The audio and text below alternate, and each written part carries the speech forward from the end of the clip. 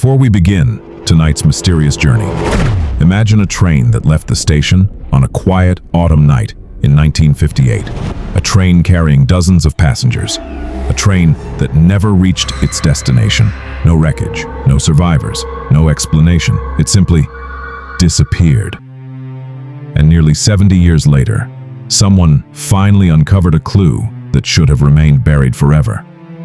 Was it an accident, a government secret, or something far more terrifying? Stay with me until the very end, because every chapter of this story reveals a darker mystery than the last, and the ending may completely change what you believe.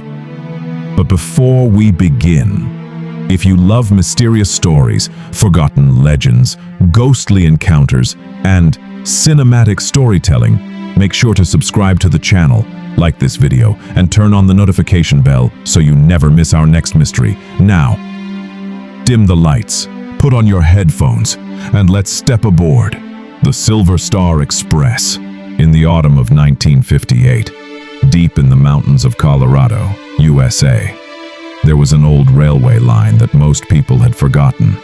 The tracks disappeared into thick pine forests, dark tunnels, and lonely valleys where almost no one lived anymore. Long ago, an overnight passenger train known as the Silver Star Express traveled this route every Friday night. It carried businessmen, soldiers returning home, families, and tourists heading west. On October 17, 1958, the train left Denver Station exactly at 10:30 p.m. There were 74 passengers and 9 crew members on board. The weather was clear. The engine was working perfectly. Nothing seemed unusual. Around 12:15 a.m., the conductor radioed the next station. "Everything is normal. We'll arrive in about 45 minutes." Those were the last words anyone ever heard from the train. It never reached the next station. When sunrise came, railway workers became worried. Rescue teams searched every mile of the railway. The tracks were completely empty. No wreckage, no smoke, no damaged rails, no train. It was as if the entire locomotive had simply vanished into the night. For weeks, hundreds of volunteers searched forests, rivers, abandoned mines, and mountain cliffs. Nothing. The newspapers called it America's greatest railway mystery. Years passed. The railway was eventually closed. People stopped talking about the missing train, but local residents never forgot. They whispered that on quiet autumn nights, when thick fog covered the mountains, a distant train whistle could still be heard. There was only one problem. No trains had used those tracks for decades. Many believed it was only the wind. Others believed something far more terrifying. And 68 years later, one young historian was about to discover a clue that would reopen the mystery. It was the fall of 2026, when Ethan Carter, a 28-year-old historian from Boston, became fascinated by the legend of the missing Silver Star Express. Unlike most people, Ethan didn't believe the train had simply disappeared without leaving a trace. He believed someone had hidden the truth. For nearly 3 years, Ethan collected old newspapers, railway maps, faded photographs, and forgotten government records. Almost every document ended the same way. The train vanished without explanation. But one small detail caught his attention. An old railway blueprint from 1956 showed something strange. Between Pine Ridge Tunnel and Black Hollow Bridge, there was a tiny station called Raven Creek Depot. The strange part? Modern railway maps didn't show the station at all. It had been completely erased from every official record. Curious, Ethan drove to Colorado and spent 2 days searching through the mountains. Local residents warned him not to go near the abandoned railway. An elderly man at a small diner looked at Ethan's map and suddenly became silent. "You found Raven Creek," the old man whispered. "You've heard of it?" Ethan asked. The man slowly nodded. "My father worked on that railway." "What happened there?" The old man looked around to make sure no one was listening. "My father always said there was one station where trains were never supposed to stop. Ethan frowned. Why? Because strange things happened there. The old man leaned closer. People saw lights moving inside the empty station at midnight.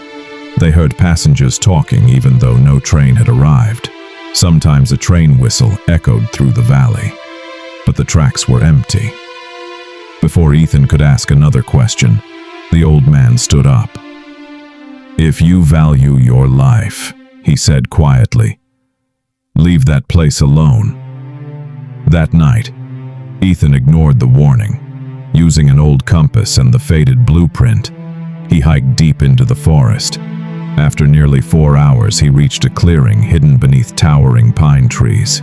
There it was, the forgotten station. Its wooden platform was cracked, the roof had partially collapsed, and rust covered every metal surface. Vines wrapped around the old station sign, but after brushing away years of dirt, Ethan could still read the faded letters. Raven Creek Depot. His heart raced. No official record said this station had ever existed. As he stepped onto the platform, he noticed something impossible. The old station clock had stopped at 12:15 a.m., the exact time the Silver Star Express had made its final radio call, 68 years earlier. A cold wind swept across the empty platform. Then, he heard it. Very faint at first. A train whistle. Ethan froze. There were no working railways for miles. The sound grew louder. The rusty tracks beneath his feet began to vibrate. Slowly, out of the thick white fog, a bright headlight appeared, moving silently toward the abandoned station. A train was coming, but according to history, it shouldn't exist. The train rolled silently out of the thick white fog and stopped in front of the abandoned platform. There was no screech of brakes, no sound of steam, only silence. Its polished silver body looked brand new, as if it had just left the station in 1958. The words Silver Star Express gleamed under the pale moonlight. The doors slowly opened by themselves. Ethan's heart pounded. Every instinct told him to run, but his curiosity was stronger than his fear. He stepped inside. The moment his foot touched the floor, the doors slammed shut behind him. The train began moving without warning. Inside, everything looked frozen in time. The wooden walls shone with fresh polish. The brass lamps glowed warmly. Old suitcases rested neatly in the luggage racks. Soft jazz music played from a vintage speaker. Then Ethan noticed the passengers. A little girl happily hugged a teddy bear. A young couple smiled at each other while sharing a newspaper dated October 17th, 1958. An elderly woman quietly knitted a blue sweater. A soldier polished the medals on his uniform. No one seemed frightened. No one looked surprised. It was as if they believed they were still traveling home on an ordinary night. Ethan slowly approached the conductor. The man wore a perfectly pressed navy blue uniform and a shiny cap. "Excuse me," Ethan said nervously. "What year do you think this is?" The conductor smiled politely. "Why, it's 1958, sir." Ethan's blood ran cold. "No, it's 2026. The conductor laughed softly. "That's impossible. We left Denver only a short while ago." Ethan pulled out his smartphone. He showed today's date on the screen. The conductor stared at it, confused. Around them, the lights flickered.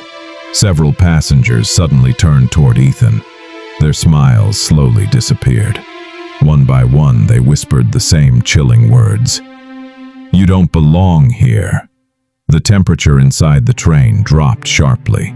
The windows turned completely black. Nothing could be seen outside.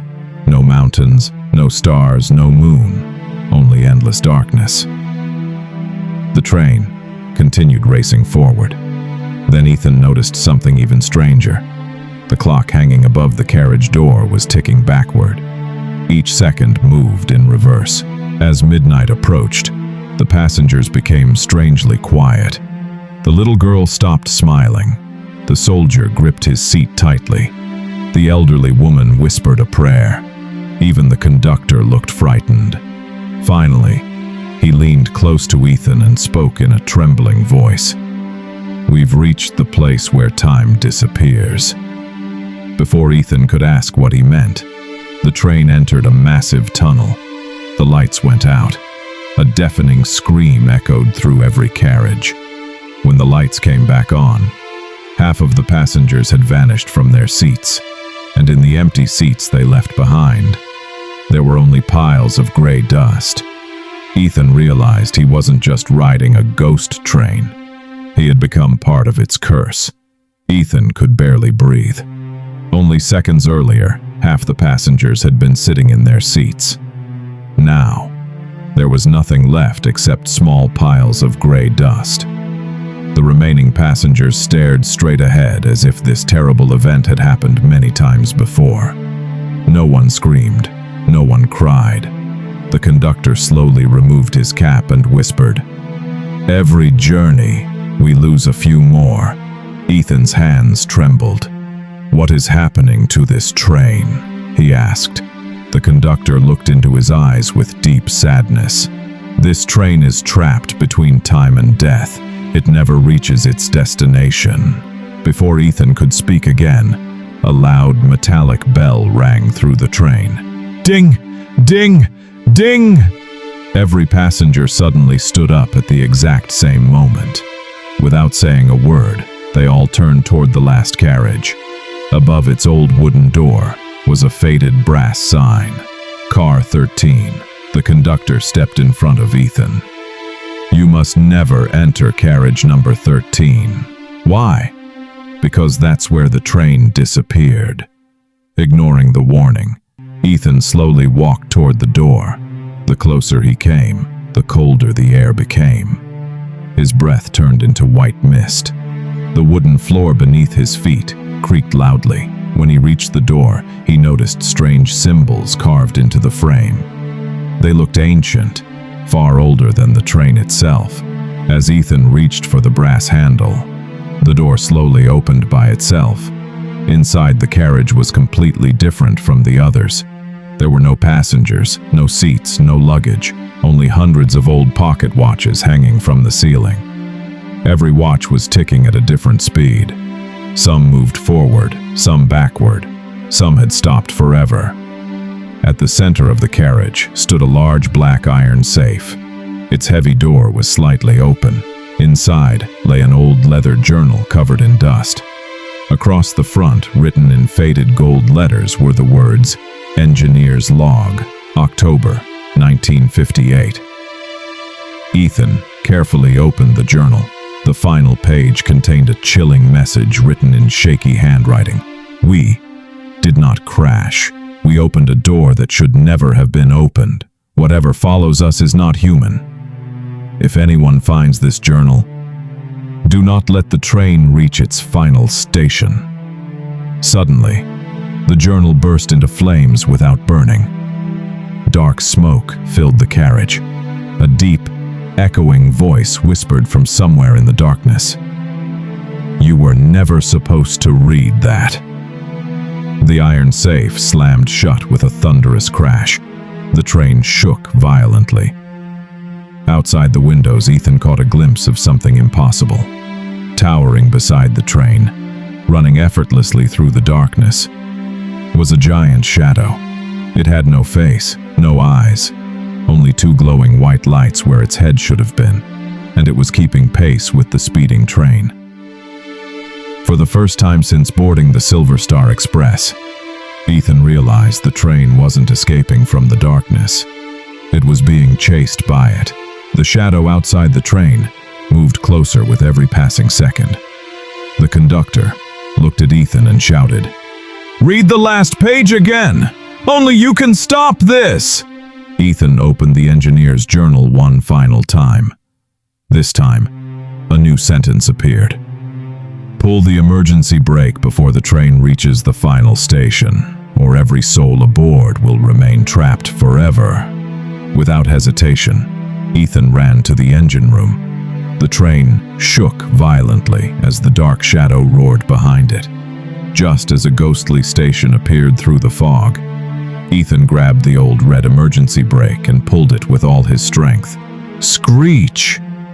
The train came to a sudden stop. A blinding white light filled every carriage. When Ethan opened his eyes, he was lying beside the abandoned tracks at Raven Creek Depot. The Silver Star Express was gone. The mysterious shadow had disappeared. In Ethan's hand was the conductor's pocket watch, now frozen at 12:15 a.m. The next morning, rescue workers found something unbelievable. Buried beneath the old railway were dozens of forgotten suitcases, tickets, and personal belongings to the passengers who vanished in 1958. For the first time in nearly 70 years, the mystery finally had evidence. No one ever found the train again. But every year on October 17th, exactly at 12:15 a.m., people living near Raven Creek still claim they hear a lonely train whistle echo through the mountains. Some mysteries are solved, others simply choose to sleep.